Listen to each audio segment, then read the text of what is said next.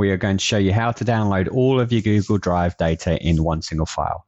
First of all, go to myaccount.google.com. Then click on Data and Privacy. Scroll down.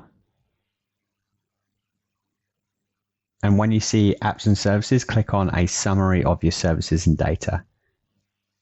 Find Google Drive and click on Download.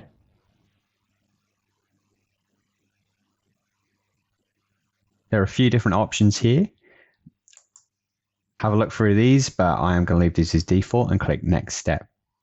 Then we need to select what type of file we want to download it as and what's the maximum size of the file. I have a lot of data, so I have selected 50 gigabytes to create one large file. If not, it can be very cumbersome to download.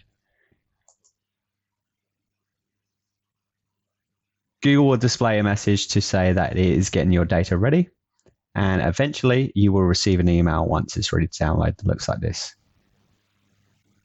Click on Download Your Files. This will get you to log in just to confirm your account.